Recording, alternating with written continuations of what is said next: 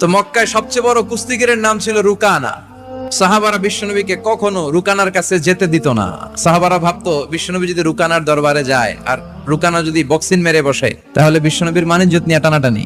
তো বিশ্বনবী একদিন ফজরের সালাত শেষে লুকিয়ে লুকিয়ে মক্কার সবচেয়ে বড় বক্সার রুকানার কাছে চলে গেল, যে বলল, রুকানা আসলিম তাসলাম, ইসলাম মানো শান্তিতে থাকবা, দুনিয়ায়ও থাকবা আখেরাতেও থাকবা, সুবহানাল্লাহ পড়ে। রুকানা বলে, না আব্দুল্লাহর বেটা মোহাম্মদ, আমি তো কালিমা পড়বো না, যদি বক্সিং খেলে আমারে হারায় দিতে পারো তাইলে কালিমা পড়ব। বিশ্বনবী বললেন, আমি তো বক্সিং খেলি না রে বাপ। রুকানা বলল, তাহলে আমিও কালিমা পড়ি না। বিশ্বনবী রাজি হলেন। এবার বক্সিং খেলার পালা। রুকানা হাফ প্যান্ট পরে গায়ের মধ্যে জাইতুনের তেল মেখে এভাবে লাফাচ্ছে। তো বিশ্বনবী তার পজিশন নেয় না, বিশ্বনবী দাঁড়িয়ে আছে। রুকানা বলল, মোহাম্মদ আমি লাফাচ্ছি, তুমি লাফাও না কেন? বিশ্বনবী বললেন, না আমি লাফাই না, কারণ আমি সেলাইবিহীন লুঙ্গি পড়ি। এবার মারামারির পালা।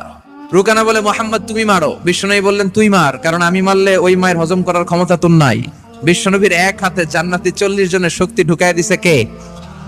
তো বিশ্বনবী মাইট দিলে এটাও হজম করতে পারবে? কথা কর, পারবে না। এখন রুকানাও মারে না, বিশ্বনবীও মারে না, খেলাও শুরু হয় না। বিশ্বনবী মারে নাই, কিন্তু বিশ্বনবী ওনার ডান হাত মোবারক, কি নরম হাত, সফটার দেন সিল্ক, এই হাতটা দিয়ে বিশ্বনবী রুকানার ডান কাঁধে এভাবে টাচ করলেন। মারে নাই, খালি বলছে, রুকানা এত লাফাস কেন? টাচ করার সাথে সাথে রুকানা বেহুশ হয়ে জমিনে পড়ে যায়। সবাই তো অবাক, ঘটনা কি? ঘটনা কি? কি মিরাকেল, কি অলৌকিকত্ব! পানি ঢেলে রুকানারে হুঁশ ফিরানো হয়েছে।